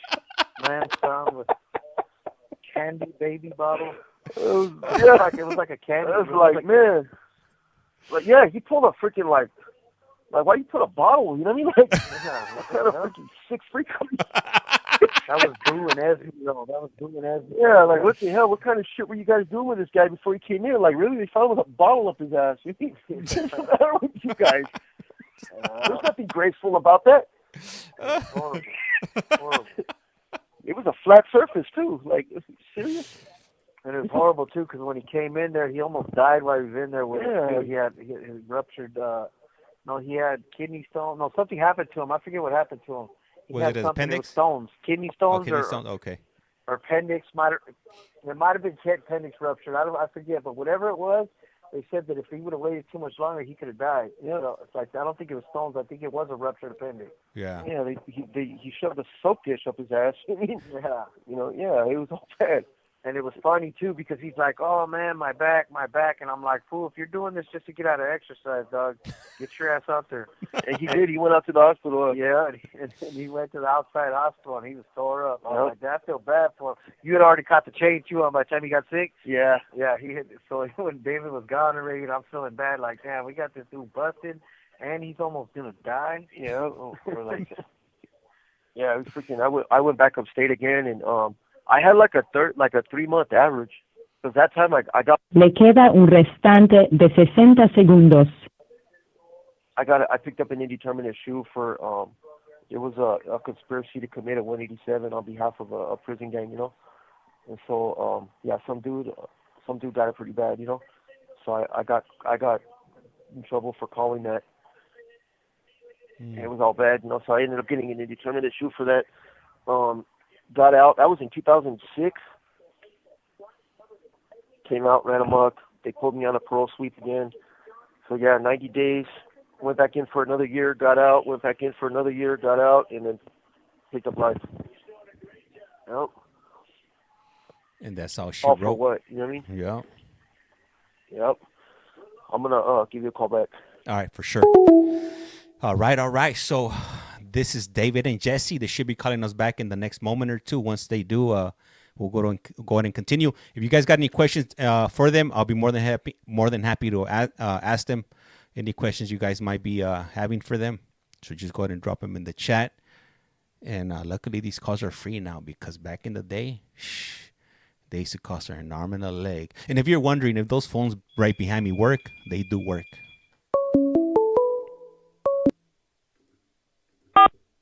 This call is now being recorded. Este es Global Telling. Usted tiene una llamada prepagada de David Lopez.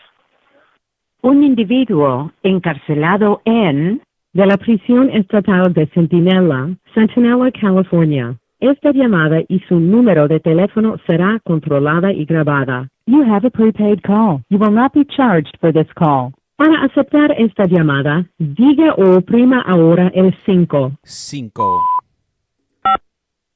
Gracias por utilizar Global Telling. Hello. Yes, sir. Yeah, so I had a lot of opportunities, but that's the thing, though, when you get out and you don't have, like, I never worked on myself the entire time. I was coming straight out of the shoe. I was involved, and, it wasn't, I didn't see myself as the problem. I looked at the system like it was the problem, and that was why I never learned.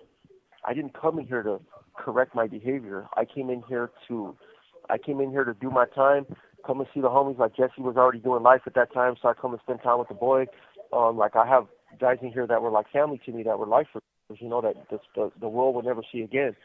And I wanted to go be with them, like they were my friends, And it's hard to explain like how you get in that state of mind, where you're kind of torn between two worlds. I was extremely institutionalized. Like I said, I was in here, I spent my whole high school in here. So I didn't see it as a problem. Yeah, I went out there, I had was in relationships and stuff like that. But once I came in here, it was just like, all right, well, that shit's out, that shit's out. So I became disconnected with just standard society. It was all about it was all about being with the homies. It was all about the gang politics, and everything else came secondary to that. It wasn't like when I got busted, it was a thought process. Well, shit, I'm going home. I'm gonna go home. Hey, David. Yeah. Hey, Iceman just dropped a comment. He's been missing in action for weeks. He writes saludos to everyone. Hey, what up, Iceman? Iceman. Yeah, that's the boy right there. we sent him a message not too long ago though. Yeah, we thought he might have got kidnapped by the cartel or something down there in Mexico. We sent him a message on the tablet, you know, like, hey, the boy, you know what I mean? He's down there living rough. He's trying to find the brown buffalo. Hey, you never heard of the brown buffalo, James? Nah, I haven't. Oh man, you gotta watch the movie on that fool. You never seen the movie Fear and Loathing in Las Vegas? No, I don't think so. I don't think I have. How dare you? So, the brown buffalo, he was a famous Chicano lawyer. Mm-hmm. And of the Chicano, I'm talking about the Chicano movement, you know. Okay. And so I'm trying to think what his name was. I forgot. But yeah, he went missing into Mexico. He went crazy, like he was on super drugs, and he went bonkers, and ended up going missing in Mexico, and they never saw him again. Andy Tree wrote Nicolas Cage. He played one of the actors in that movie. Johnny Depp. Oh, Nicolas Cage, imagine. Yeah. Yeah. Yeah, Johnny Depp, Holmes. Let me see. Yep. Hunter Thompson wrote the book, and then somebody wrote. He was okay. So Hunter Thompson is his boy.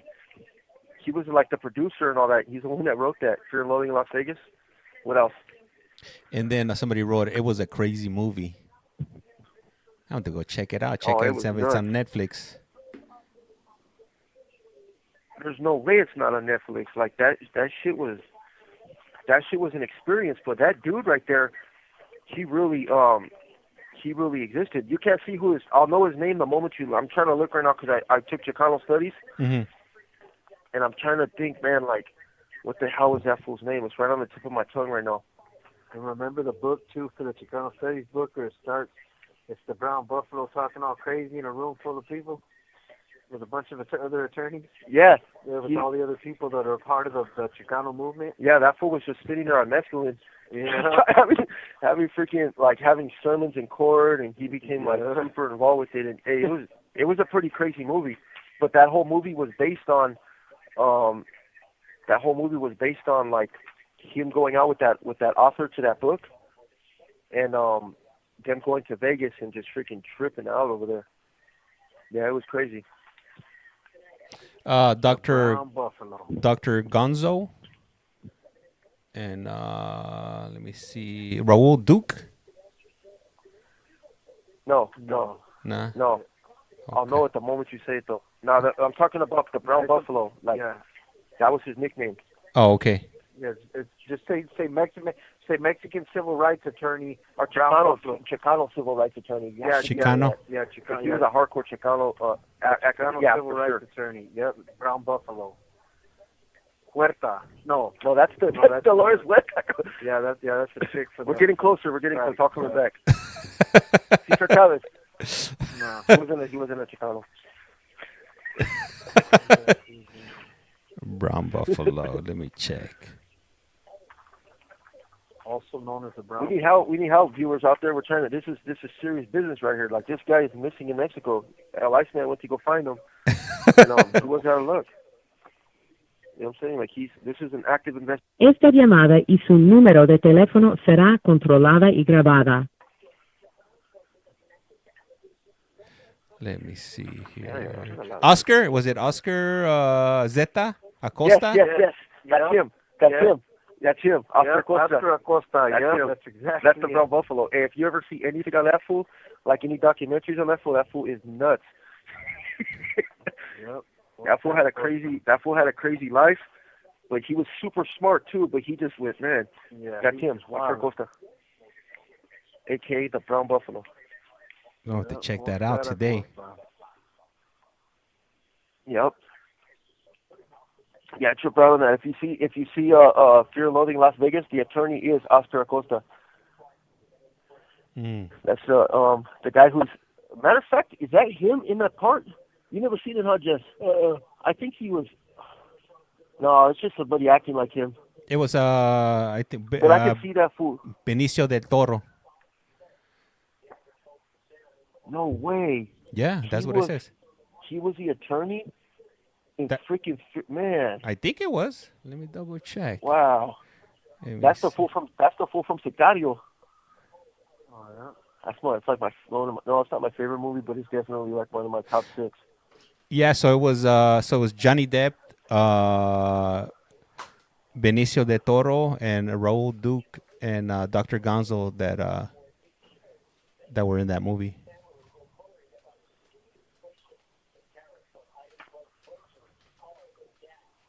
Yeah, that's what's coming up on Wikipedia. It was a cult classic. Yeah, for sure. That's right there next to Pulp Fiction, one of them weird movies. Yeah, we're gonna have to make it on Netflix tonight. Yeah, see, we don't get to watch those movies though. Like that's what sucks, you know. But hopefully you get to find like a little. We seen it in Chicano Studies, that dude's life, right? Like how he lived up north and he was like, he didn't really fit in, you know. He wasn't Mexican enough to fit in, and he wasn't white enough to fit in. He didn't really speak Spanish like too good, or you know. So he went down there and tried to do some work. Like he became like an evangelist or a missionary, and went down there to the jungles to try to like, you know, preach to the people, and that didn't work for him. And then he took off to Colorado, I think, and met that dude. He met that dude that wrote. Who you linked up with? Yeah, he met that dude, and then he ended up going to L.A. after that, or was it Oakland? Oakland. Oh yeah. He went up north. At first. Yeah, he went up there, and then he got involved with the Chicano movement up. No, he became a lawyer up there, and then he came down south for the Brown Berets. Yeah, he was involved with all that stuff. But the early Chicano movement, and they were like, they thought he was a freaking Fed at first or something like that, like. And he ended up cruising in there to the Chicanos, and yeah, it was a big old thing. But it was crazy. And then he just fell off the map, took off into Mexico, and freaking that was it. Disappeared in the jungle somewhere, never to be seen again. Living off the grid. I mean, if you call that freaking buried in a shallow grave.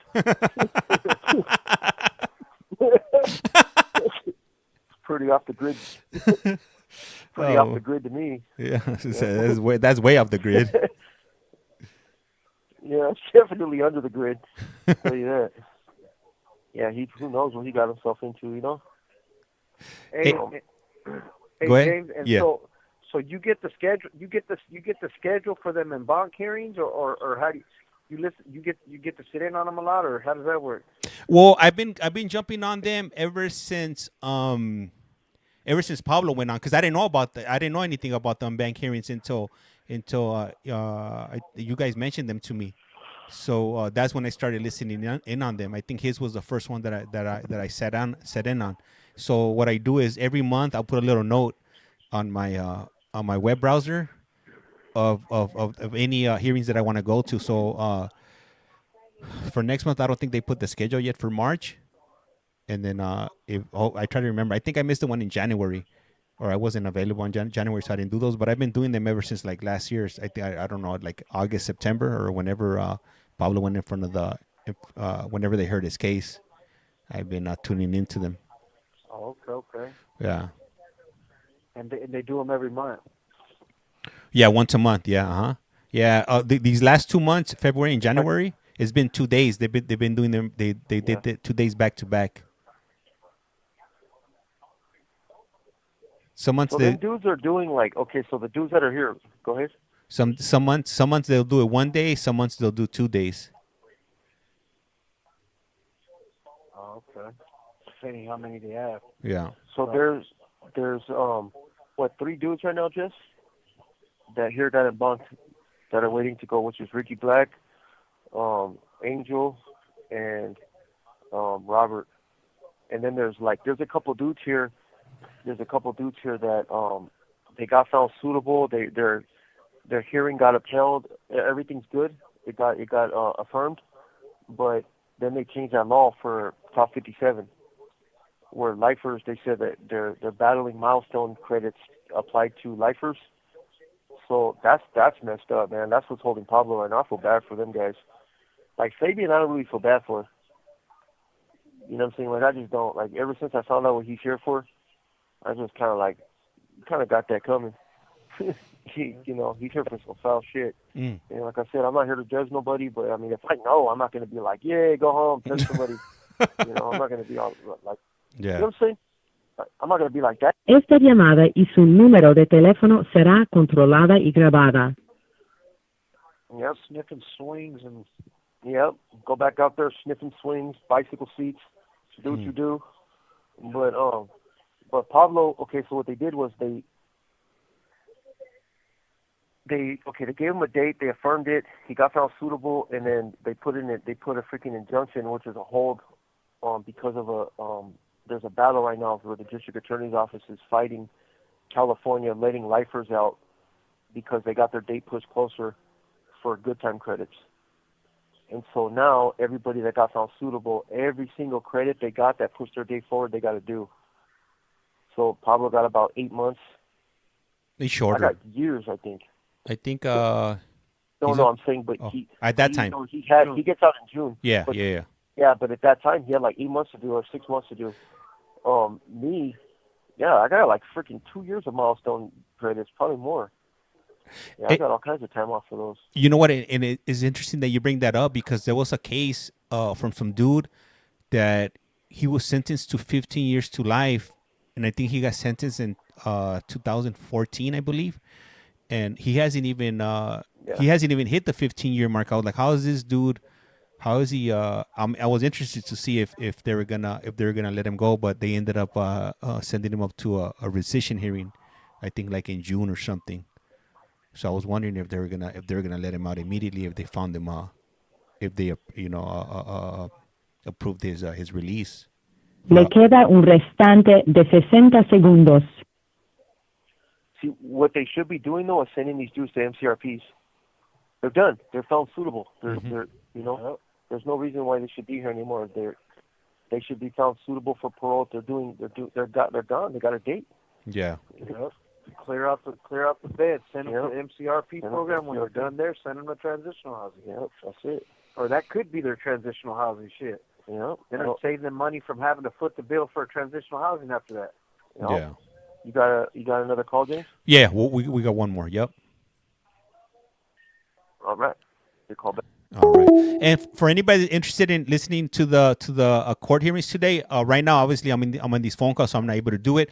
But I'm always constantly running the stream, even if I'm not there, on YT at Collect Call From. If you log in, I got the schedules on there. It's actually running right now. It started about 53 minutes ago. I'll be doing some of those later on. Maybe I'll probably be doing the either the 7 o'clock and the 10 o'clock. I'm not sure yet. I got to step out for a bit. I told my wife we were going to go out for dinner, so I won't be back until sometime later on in the evening. This call is now being recorded. Global Telling. Usted tiene una llamada prepagada de David Lopez. un individuo encarcelado de la prisión estatal de Centinela, California. Esta llamada y su número de teléfono será controlada y grabada. You have a prepaid call. You will not be charged for this call. Para aceptar esta llamada, diga o oprima ahora el 5. 5. Gracias por utilizar Global Telling. Hello. Yep.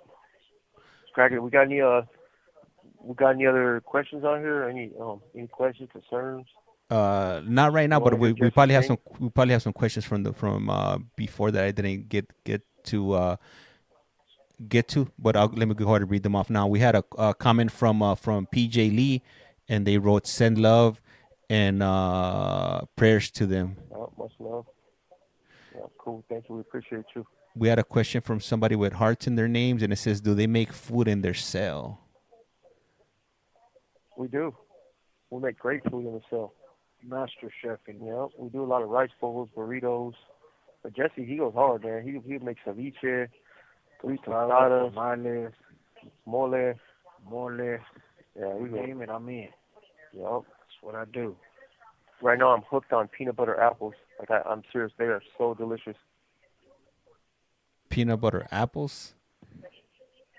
Yep. Peanut butter apples. Like me, I'm a fitness junkie. Like that's just what it is. Jesse's actually he's a pretty decent fitness junkie himself now. And he's been going hard with this on the workouts.